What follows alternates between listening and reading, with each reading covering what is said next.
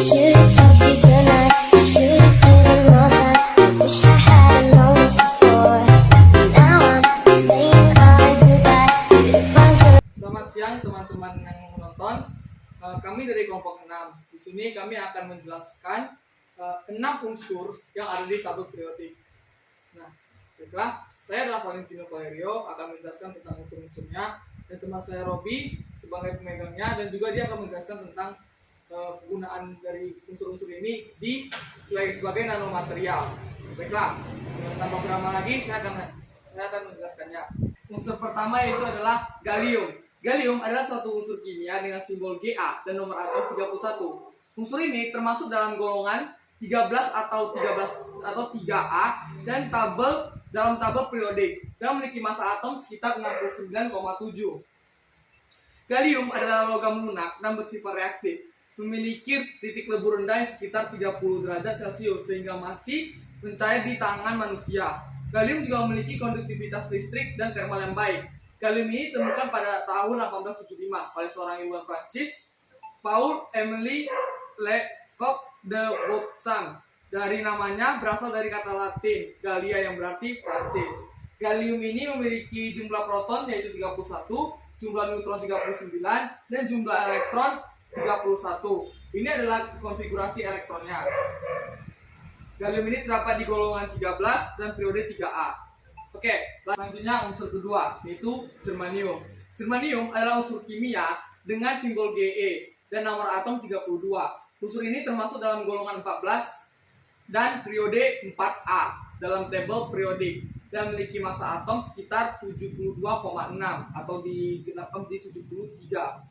Germanium merupakan unsur metalik yang artinya ia memiliki sifat yang mirip dengan logam dan non-logam. Germanium ditemukan pertama kali oleh seorang ahli kimia Jerman yang bernama Clemens Brinkel pada tahun 1886. Nama germanium diambil dari nama negara asalnya yaitu Jerman. Nah, germanium ini memiliki jumlah proton yaitu 32, jumlah neutron 44, dan jumlah elektron 32 mengikuti jumlah protonnya. Selanjutnya unsur ketiga yaitu unsur arsenik. Arsenik atau arsenide adalah unsur kimia dengan simbol As dan nomor atom 33. Unsur ini termasuk dalam golongan 15 dan periode 5A dalam tabel periodik dan memiliki massa atom sebesar 74,9 atau digenapkan menjadi 75 massa atom. Arsenik ini adalah unsur non-logam yang beracun dan memiliki beberapa bentuk yang berbeda. Arsenik memiliki sejarah penggunaan yang panjang sebagai racun baik dalam bentuk alami maupun dalam bentuk senyawa kimia. Oke, nah arsen ini memiliki jumlah proton 33 dan jumlah elektron 33 juga dan jumlah neutron 42. Selanjutnya adalah selenium. Selenium adalah unsur kimia dengan simbol Se dan nomor atom 34. Unsur ini termasuk dalam golongan 16 dan periode 6A dalam tabel periodik dan memiliki massa atom sekitar 78,9 atau digenapkan menjadi 79. Selenium adalah unsur non-logam yang esensial bagi kesehatan manusia dan hewan dalam jumlah kecil. Selenium ditemukan pertama kali oleh seorang ahli kimia Swedia, Jos Jacob Berzelius pada tahun 1817. Nah, selenium ini memiliki jumlah proton 34, jumlah neutron 45, dan jumlah elektron 34. Dan ini adalah konfigurasi elektronnya. Kemudian yang kelima itu bromin. Bromin adalah unsur kimia dengan simbol Br dan nomor atom 35.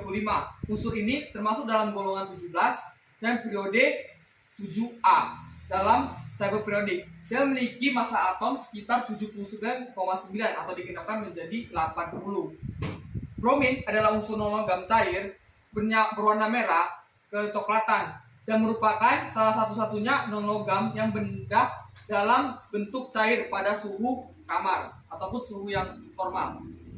Unsur terakhir yang akan kami jelaskan yaitu tentang krypton. Nah, krypton adalah unsur kimia dengan simbol Kr dan nomor atom 36. Unsur ini termasuk dalam golongan gas mulia atau golongan 18 dalam tabel periodik dan memiliki massa atom sekitar 83,8 atau digenapkan menjadi 84. Krypton merupakan gas tak berbau, tidak berwarna, dan tidak bereaksi dengan unsur lain kecuali dalam kondisi tertentu. Krypton pertama kali ditemukan oleh sekelompok ilmuwan Inggris, Sir William Ramsay dan Maurice Travers pada tahun 1898. Nama krypton berasal dari bahasa Yunani kryptos, yang berarti berseterumunyi karena udaranya yang jarang ditemukan di udara. Nah, jumlah proton krypton itu ada 36 dan jumlah neutron ada 48, jumlah elektronnya pun 36 mengikuti jumlah proton. Ini adalah konfigurasi elektronnya. Oke, baiklah, itu saja penjelasan mengenai atom yang sudah kami ambil di tabel periodik. Ada 6 yang kami ambil, yaitu gallium, germanium, arsenide, selenium, bromin, dan krypton. Sekarang akan kami jelaskan bagaimana empatkannya sebagai material, sebagai nanomaterial yang akan dijelaskan oleh teman saya, Robi. Baiklah, di sini penjelasan selanjutnya mengenai kegunaan ke-6 unsur atom ini sebagai nanomaterial akan dijelaskan oleh teman saya, Robi Kirana. 1. Gallium dapat dijadikan sebagai nanomaterial dengan beberapa metode sintesis. Di antaranya adalah metode redusa. Metode ini melibatkan reduksi ion gallium menjadi atom-atomnya yang kemudian diadopsi pada permukaan substrat. Metode elektromania. Metode ini melibatkan elektrodeposisi ion gallium pada elektroda dengan menambahkan pot. Germanium dapat dijadikan sebagai nanomaterial melalui beberapa metode sintesis. Di antaranya adalah metode redusa termal. Metode ini melibatkan pengurangan senyawa germanium. Metode pelapukan elektrokimia. Metode ini melibatkan ekrosis larutan yang mengandung senyawa germanium. Metode solvothermal. Metode ini melibatkan reaksi antara senyawa germanium dengan pelarut organik dalam kondisi suhu dan tekanan tinggi.